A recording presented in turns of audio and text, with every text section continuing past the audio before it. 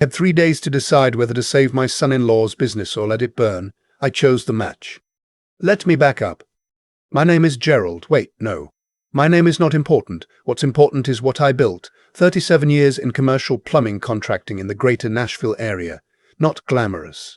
Not the kind of work that gets you into country clubs or gets you a picture in the Tennessean, but it's honest work. The kind where your hands crack in winter and your back never fully recovers, and at the end of it, you have something real to show for it. I built a company from a single truck and a borrowed pipe wrench into a 16-employee operation, with city contracts, school district accounts, and a reputation that meant something. My wife Margaret passed 11 years ago. Breast cancer, 3rd diagnosis. She fought it twice, and the 3rd time she was just tired. After that it was me and my daughter Cecilia, and the business, and the house on Sycamore Ridge where Margaret's roses still come up every May, whether I tend them or not. Cecilia was everything to me. I want you to understand that before I tell you what happened, because I need you to know it wasn't hate that drove what I did. It was the opposite. It was love that had been systematically dismantled piece by piece over 4 years, until the morning I sat in a parking garage on Lower Broad and watched the text come through that told me exactly who my daughter had become.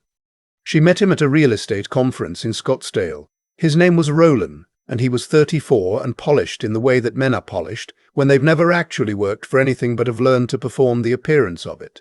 Good jaw, good watch, good at making you feel like you were the most important person in the room, right up until you weren't. They married fast. I paid for the wedding. I paid for a lot of things and I didn't mind. I was a father. That's what fathers do. The trouble started small, the way it always does. Roland had a business idea. Commercial real estate consulting, he said. He had contacts, he said. He just needed seed capital to get it off the ground properly. He needed about $40,000 to lease proper office space downtown and build out a client pitch deck and hire one assistant. Cecilia asked me over dinner at Josephine's, the nice place on 21st she liked, and she reached across the table and squeezed my hand, and I said yes, because she was looking at me with her mother's eyes. I gave him the $40,000. The business did not get off the ground. There was always a reason. The market timing was off. A key client fell through. The lease on the office space needed renegotiating. Each explanation came wrapped in language that sounded almost right.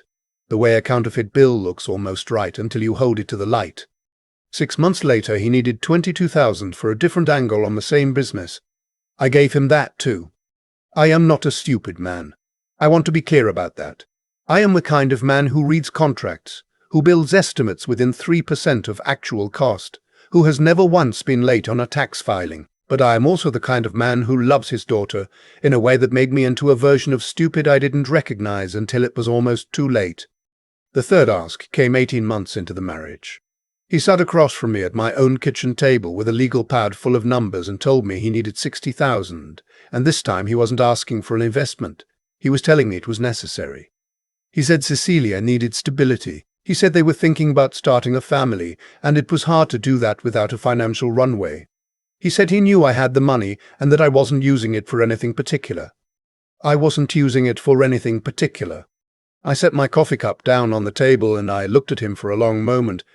He looked back at me with that calm, practiced patience of his, the look of a man who has learned that if you just wait out the silence, the older person usually fills it with yes. I said I would think about it. That was a Thursday. On the following Monday, I had lunch with my accountant, a man named Pete Dorsey, who has been doing my books for 22 years, and who once told me that the 2 most reliable indicators of a man's character are how he treats waitstaff and whether he reads the fine print. Pete looked at the numbers I'd given him, and he was quiet for a minute. Then he said, very carefully, that it looked to him like Roland had not invested the previous $62,000 into any discernible business infrastructure. He'd done some informal research. The office Roland had supposedly leased downtown. The building manager had never heard of him. I drove home and I sat in the driveway for 40 minutes. I said I would think about it, and I thought about it, and what I decided was no. I called Cecilia that evening, and I told her I couldn't give Roland any more money, that I was concerned about where the previous amounts had gone, and that I thought it might be worth sitting down together and going through the finances honestly. She told me I was jealous of Roland's ambition. She told me I'd never supported her choices. She told me that Margaret would be ashamed of me. She hung up. I sat with that for a week. The way a cracked rib feels fine when you're still, then catches every time you try to breathe normally. I went through my routines. I opened the shop at 6. I did the estimates. I checked in with my foreman, Dennis. I came home. I ate whatever I could put together. I went to bed. I did not call Cecilia back. I was waiting to see if she would call me. She didn't call for 11 days. When she did, her voice was different, flat in a way. I hadn't heard from her before, like something had been turned down to the point you could barely make out the frequency. "Dad," she said, "Roland wants to meet. He says he wants to clear the air." We met at a barbecue place in Brentwood that Roland chose, which told me something because it wasn't the kind of place you chose for a reconciliation with your father-in-law. It was the kind of place you chose when you wanted home court advantage disguised as neutral territory. He got there after me. He shook my hand with both of his. He ordered an appetizer without asking me. He did most of the talking for the first 20 minutes, a long, winding explanation of how the real estate consulting venture had pivoted and how the money had gone into market research and how he had new contacts in commercial development who were ready to move, and how this next phase was really the one. I let him talk. I've been in enough rooms with enough contractors and subcontractors and city inspectors to know that when someone is really selling you something, you learn more by listening than by asking questions. When he finished, I said I wasn't going to give him any more money. He nodded slowly. He wiped his mouth with a paper napkin. He looked at Cecilia, and she looked at the table. Then he looked back at me and he said that he thought that was unfortunate because Cecilia was his wife now, and her financial security was his responsibility, and if I wasn't going to support that, then maybe it was better for everyone if I stepped back from their lives for a while. He said it in the same tone you'd use to tell someone the parking validation had expired. Calm, almost bored. I asked him what stepping back meant. He said it meant I shouldn't come by the house uninvited. It meant family dinners were going to be limited. It meant if they had children, and they were planning on it, the level of my involvement would depend on how supportive I was being to them as a family unit. My grandchildren. He was putting a price tag on my grandchildren. I looked at Cecilia. She still didn't look up from the table. That was the moment. Not the $122,000. Not the dismissal. Not even the grandchildren. It was her looking at the table. Because I had known my daughter for 31 years, and I knew that she looked at the table when she knew something was wrong, and couldn't figure out how to stop it. She wasn't behind him. She was afraid of him. I said, "Roland, I'll think about it." And that time when I said I'd think about it, I meant something entirely different. I drove home and I called Pete Dorsey again. I told him I needed to understand everything about the structure of Hartwell Plumbing and Mechanical, which is the name of my company. I told him I needed to understand exactly what I owned, exactly what could be moved, and exactly what protections I could put in place immediately. Pete asked me what was happening. I told him that I needed a bulldog, not a golden retriever. Pete laughed, which told me he understood. What I am about to describe took 6 weeks of quiet work. I want to be clear about that because I know what you're thinking. You're thinking this was an impulsive reaction. Her father blowing up in anger. It was not. I am 63 years old. I have been building things long enough to know that you don't demolish a structure by throwing yourself at it. You find the load-bearing walls first. Here is what I knew. 3 years earlier, when Roland and Cecilia had gotten married, I had made a decision I thought was generous and smart. I had signed over a 30% stake in Hartwell Plumbing to Cecilia as a wedding gift. My attorney at the time, a perfectly adequate man named Simmons, who was since retired, had drafted it as a straightforward equity transfer, no conditions attached. Roland had found out about that stake within the first year of the marriage.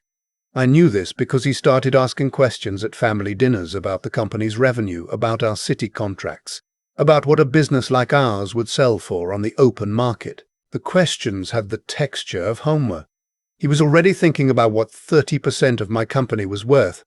What Roland did not know was that 6 months before that dinner at the barbecue place, I had already begun restructuring. Pete Dorsey and a business attorney named Wallace, who does not play golf and does not do Christmas cards, and who once told me that sentiment is the enemy of strategy, had helped me convert Hartwell Plumbing from an S corporation to an LLC with a new operating agreement. The operating agreement contained a provision, drafted in language dense enough to discourage casual reading, that required unanimous member approval for any transfer of ownership interest, and that specifically prohibited any leveraging of membership interest as collateral for personal debt without written consent of all members.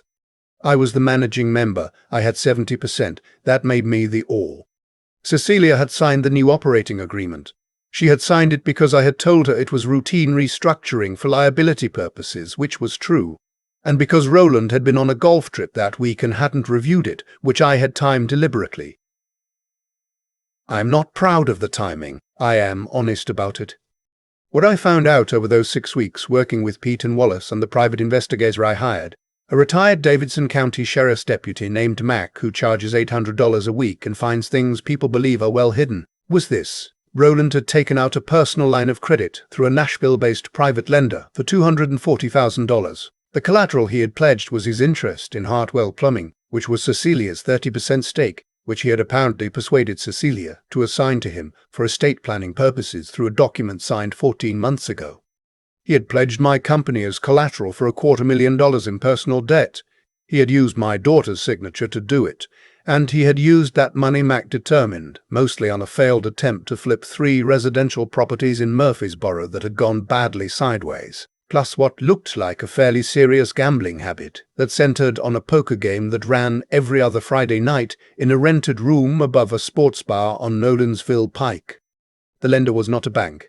The lender was a private equity group that specialized in what they called distressed asset lending and what I would call loans to people who can't get loans from actual banks. They were coming due in 4 months. Roland didn't have the money. I know because Mac got a look at his bank statements through channels I did not ask about and do not need to know. Roland's plan, as best as Mac and Wallace could reconstruct it, was to force a sale of Hartwell Plumbing by leveraging the assigned stake as collateral, triggering a default that would require liquidation of assets, which would net him enough from my 37 years of work to pay off the lender and probably pocket a few $100,000 in the process. He was going to use my company to bail himself out. My daughter's 30% reassigned to him through a document she had likely signed without fully reading was the mechanism. Except the operating agreement made that mechanism worthless. He didn't know that yet.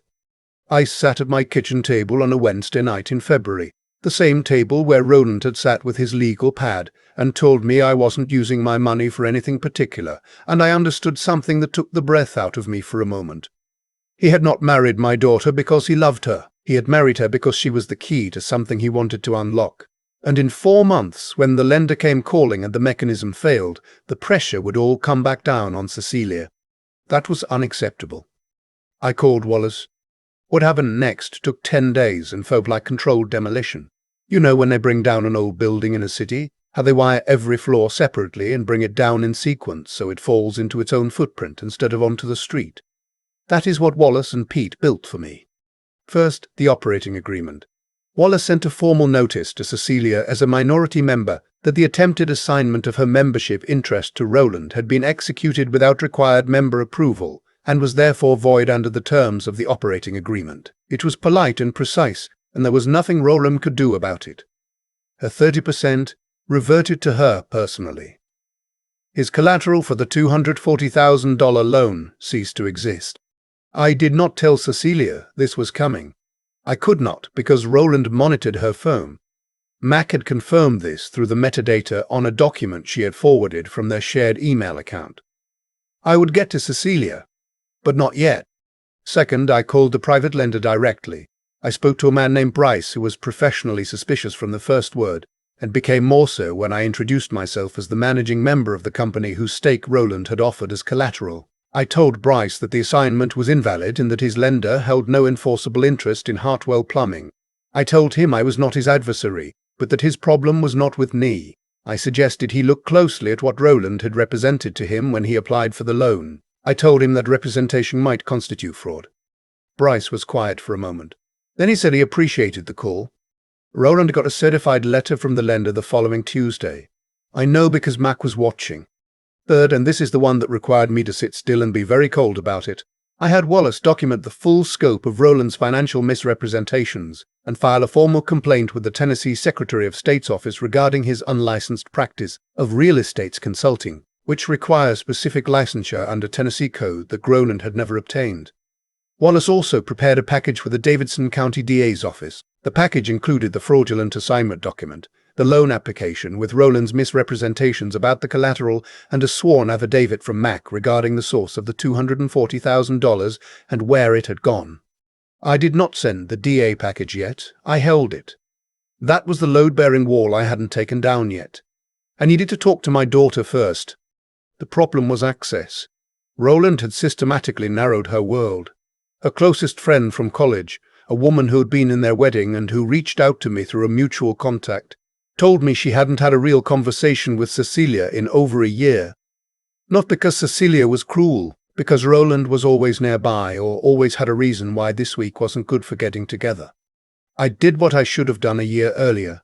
I drove to the salon where Cecilia got her hair cut, a place on Hillsborough Road she'd been going to since she was 17. I knew her appointment was on the second Saturday of the month, because it had been her mother's appointment first. And Cecilia had kept the slot after Margaret died as a way of holding on to something. I parked across the street. I waited. She came out at 11:15. She saw me before I reached her. And for a half-second something moved across her face that I recognized from when she was small and had done something she was ashamed of, not fear of me. Fear for me. "Dad," she said, "you can't just show up." "I know," I said. "I'm sorry. I need 15 minutes, please." We sat in my truck. I did not yell. I did not lay out the full dossier. I had one thing I needed her to know, and I told her directly. I said that Roland had pledged her stake in my company as collateral for a loan he took out to cover gambling debts and failed property investments, that the loan was coming due, and that his plan had been to force a liquidation of my business to cover it. I told her I had already neutralized that plan legally and that her stake was protected. But I needed her to understand who she was living with. She sat very still. The heat was running, fogging the window slightly at the edges. She didn't say he would never do that. She didn't say, "I was wrong." She said very quietly, "How long have you known?" "About 6 weeks," I said. She nodded.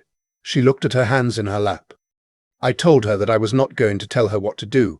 She was 31 years old and she was her mother's daughter, and she was more capable than she currently believed herself to be. But I told her that when she was ready, I was there, and I told her that Mac had documented enough for a DA referral and that timing on that was her call as much as mine. She got out of the truck. She walked back to her car without looking at me. I let her go. That was a Saturday. On the following Wednesday, I received a call from Wallace. He told me that Cecilia had contacted him directly and retained him as her personal attorney. She had also, he told me in the careful, neutral tone of a man who understands that some information is just information, left the house on Clearbrook Drive where she and Roland had been living and was currently staying with her college friend. I sat down. I realized my hands were shaking slightly, not from anger, not from triumph, from relief. The kind of relief that lives right next to grief because you understand that the thing you're relieved about should never have been necessary in the first place. The DA package went out on Thursday. Roland did not take it quietly. He called me 7 times over 2 days. I let it go to voicemail. He texted me a string of messages that started threatening and moved through desperate and arrived at something that was almost pathetic. He showed up at my office on a Friday afternoon. Dennis, my foreman, who is 6'3" and was a defensive lineman at Tennessee State and who had known Cecilia since she was in middle school, met him at the door and explained that he was not welcome on the property and that if he did not leave, Dennis would help him leave. Roland left. He tried the DA's office too. He hired an attorney, a real one this time rather than the costume he'd been wearing for 4 years, and they sent a letter to Wallace claiming the operating agreement restructuring had been executed in bad faith, specifically to disadvantage Roland as a minority interest holder. Wallace wrote back a 17-page response. I read all 17 pages. It was, to use a construction term, load-bearing. The private lender moved first. They filed a civil suit against Roland for fraud in the inducement, claiming he had misrepresented the collateral when he applied for the loan. The amount they were seeking, with interest and penalties, was over $300,000. Roland's attorney withdrew within a month. I was told later it was a fee disagreement. The DA's office moved more slowly, which is how it works, but it moved. The fraudulent assignment document was the centerpiece. Wallace had a forensic document examiner who testified to irregularities in Cecilia's signature. Cecilia gave a deposition. She was, Wallace told me afterward, very clear and very steady. 6 months after I sat across from Roland at that barbecue place and said I'd think about it, I was sitting on my back porch watching the last of the light go off the yard when my phone buzzed. It was Cecilia. Not a text. A call. "Hey, Dad." "Hey, baby." We talked for 45 minutes about nothing of consequence. About the roses which had come up late this year. About Dennis's new baby.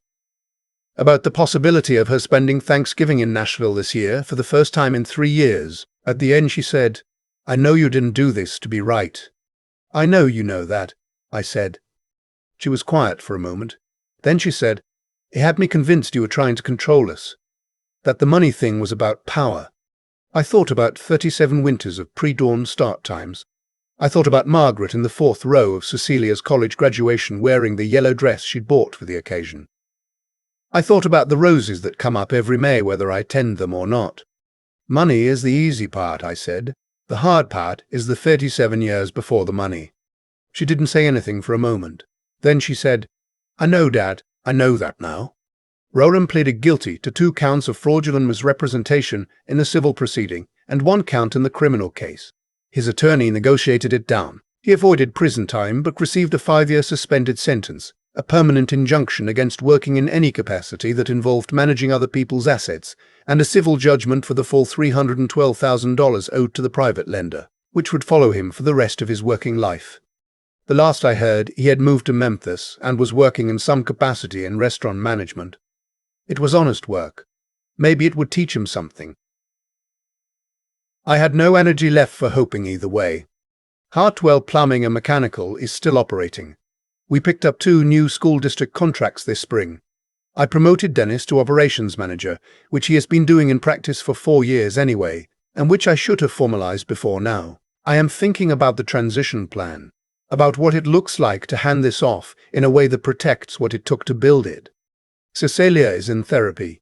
She told me this matter-of-factly on a Sunday call, the way her mother used to tell me things that required courage, by saying them like they didn't. She said the therapist told her that what she had experienced had a name, that there was a pattern to it, and that understanding the pattern was the first step to trusting her own judgment again. I told her that her judgment had always been good, that she'd just been in a room where the lighting was designed to make it hard to see. She said, "Dad, that is either very wise or very cheesy." I said, "Probably both." She laughed. It was her mother's laugh, the same catch in it, the same surprised quality, like she hadn't expected to find something funny and was briefly delighted that she had. I've learned something in 63 years of working with my hands, of building things that have to hold weight and stand up to pressure and last longer than the people who built them. I've learned that the most dangerous structures are the ones that look solid from the outside, the ones where the foundation work was done in a hurry, where someone skipped the inspection, where the permits were pulled but nobody checked the soil. They stand for years sometimes. They stand long enough that people move into them, make homes in them, stop questioning them. And then something shifts. And the question isn't whether they'll come down. The question is whether you get the people you love out before they do. I got my daughter out. That is the only number in this whole story that matters. There's a moment I keep coming back to. Cecilia sitting in the passenger seat of my truck, the windows fogging at the edges from the heater, looking at her hands in her lap, not crying, not defending him, just still. That stillness told me everything I needed to know, and it also told me the one thing I had been afraid to admit to myself, that I had waited too long. I'd thought a lot about why I waited. I told myself it was patience, that I was gathering information, being methodical. Some of that was true. But some of it was something harder to name. It was the hope that I was wrong. It was the particular reluctance of a father to look directly at the thing that is hurting his child, because looking at it directly means it's real, and real things require action, and action has consequences you can't take back. Roland was able to do what he did for as long as he did it because I gave him the benefit of the doubt that he had not earned. I don't say that to punish myself. I say it because it's accurate. He was counting on my decency. He had mapped it out, understood that a man who loves his daughter will absorb a certain amount of ambiguity rather than cause a scene, rather than be the difficult one, rather than risk the relationship. He used my character against me. That's the part that took me the longest to sit with. What I understand now at 63, after 37 years of building things that have to hold weight, is that integrity without clarity is just goodwill with no address on it. You can be the most honest man in the room and still get taken apart if you're not also paying attention. I was honest. I wasn't paying close enough attention. Those are not the same thing, and for a while I confused them. The other thing I learned is that real strength isn't loud. It isn't the tire iron against the steel door. It isn't showing up to make a scene. It's Pete Dorsey reading a balance sheet at the lunch table and saying something careful. It's Wallace drafting 17 pages with no Christmas cards and no golf. It's Mac watching from across the street for 6 weeks because someone has to. Real strength is patient, and it is specific, and it does not announce itself until it is ready. Roland had aggression. I had preparation. Those are not equivalent. And Cecilia. I have to say this plainly because I think it matters. She is not a cautionary tale. She is not a woman who was foolish. She was someone who was methodically isolated from her own judgment by a person who understood that if you control the information a person receives, you eventually control what they believe is possible. That is not weakness. That is what happens to people who trust. The fact that she walked out of that marriage with her integrity intact, that she sat in a lawyer's office and gave a deposition steadily and clearly, that is not a small thing. That is the result of something she had in her before any of this started. I'd like to think her mother and I had something to do with putting it there. What I got back at the end of all this was not what I lost. I didn't get back the 4 years, or the $122,000, or the version of my daughter who used to call me on Sunday afternoons just to talk. But I got something. I got the next version of her, the one who understands now what she's made of. And I got the Sunday calls back, which I did not take for granted before and do not take for granted now. The roses came up again this May. I didn't do anything to encourage them. They just came up, the way they always do, because that's what things do when the roots are still good.